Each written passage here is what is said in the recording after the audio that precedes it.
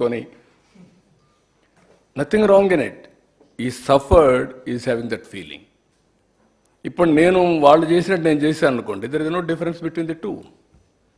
That is the miss match.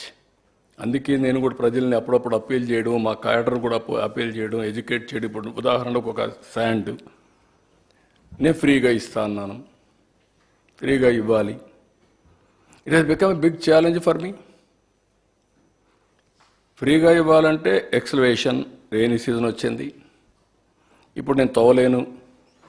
నదుల్లో ఇసుక ఉండేది కొద్దిగా స్టాక్ ఉంది, నేను ఇస్తానని చెప్పి లారీల్లో అది ఏమన్నాం. మా వాళ్ళు అనుభవం లేదు అంటే ఊహించాం కదా ఇవన్నీ. ఓకే రమ్మన్నారు, ఇవ్వడం మొదలుపెట్టారు.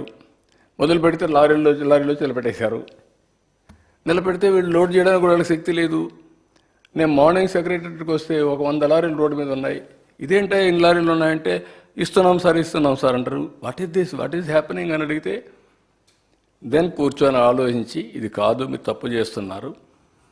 వీడు 2 రోజులు వెయిట్ చేస్తున్నాడు, 3 రోజులు వెయిట్ చేస్తున్నాడు, 3 రోజులు ఛార్జ్ కూడా ఎవరి మీద వేస్తున్నాడు, కన్జ్యూమర్ పైన వేస్తున్నాడు. వాట్ ఈస్ దిస్ అని చెప్పి అక్కడి నుంచి కూర్చొని పెట్టి యూ రిజిస్ట్రేషన్ సమ్వేర్ చేయండి, లారీస్ అన్నీ కూడా లిస్ట్ అవుట్ చేయండి, డెస్టినేషన్ ఎంతో ఫిక్స్ చేయండి, వచ్చిన తర్వాత 1 అవర్ స్లాట్ ఇవ్వండి, ఆ 2 అవర్స్లోనే ఆ లారీలన్నీ ఫిలప్ చేసి పంపించండి అని పెట్టాను.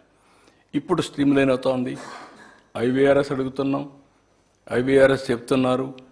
ఎవడన్నా మళ్ళా ఉంటారు కొంతమంది కక్కుర్తి, లారీ వాడు కొంచెం ఎక్కువ డబ్బులు తీసుకోవడం, వీడ రీచ్ దగ్గర వీడు డబ్బులు కొట్టేయాలని చూడడం.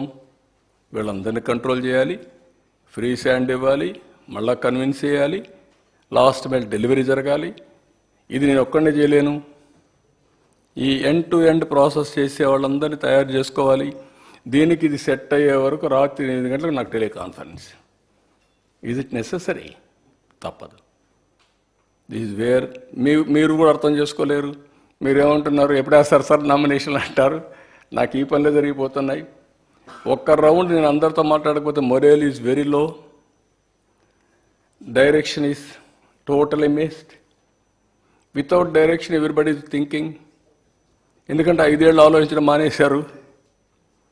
ఇప్పుడు వీళ్ళందరినీ మళ్ళీ నేను ఒక డైరెక్షన్ ఇచ్చి ట్రాక్లో పెట్టాలి. ఒకవేళ డైరెక్షన్ ఇచ్చిన డబ్బులు లేవు, మీరు చెప్తున్నారు సార్ డబ్బులు లేవు కదా, మమ్మల్ని ఏం చేయమంటారు సార్ అంటారు. మా ఫైనాన్స్ వాళ్ళంతా సింపుల్గా there is no money, so don't do it.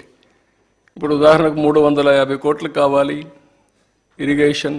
దేనికి? గేట్లు రిపేర్ చేయడానికి. గేట్లు రిపేర్ చేయడానికి 300 కోట్లు కావాలి. లేకపోతే నేను తుంగభద్ర మరుగు అయిపోతుంది. గుండ్లకమ్మ గేటు కొట్టుకొని పోతే 2 సార్లు కొట్టుకొని పోతే 3వసారి కాంట్రాక్టర్ రాలేదు, 10 కోట్లు ఇవ్వకపోతే. ఎంత? Only 10 crores. 10 crores ఇవ్వలేని గవర్నమెంట్ కాంట్రాక్టర్ రాలేని పరిస్థితి తీసుకొస్తే, ఇప్పుడు మా వాళ్ళు అడిగారు అనుకో, మీకు వస్తే ఎవరు వస్తారు, పోయా మేము రామంటారు. కాదా నీకు ఇస్తున్నామని చెప్తే నేను వస్తున్నాడు. ఇప్పుడు మీకు తుంగభద్ర డ్యామ్ ఏమైంది? కొట్టుకోమైంది. అందరూ ఆశలు పెట్టారు. నేను అన్నా రామానాయుడు గారికి ఫోన్ చేసి మెసేజ్ పెట్టా, రామానాయుడు నువ్వు మంత్రి వెళ్ళండి, మీరంతా ఆఫీస్ వెళ్ళండి, వెళ్ళిపోయి ఫైట్ చేయండి, అవసరమైతే కన్నానాయుడు తీసుకుపోమన్నాం.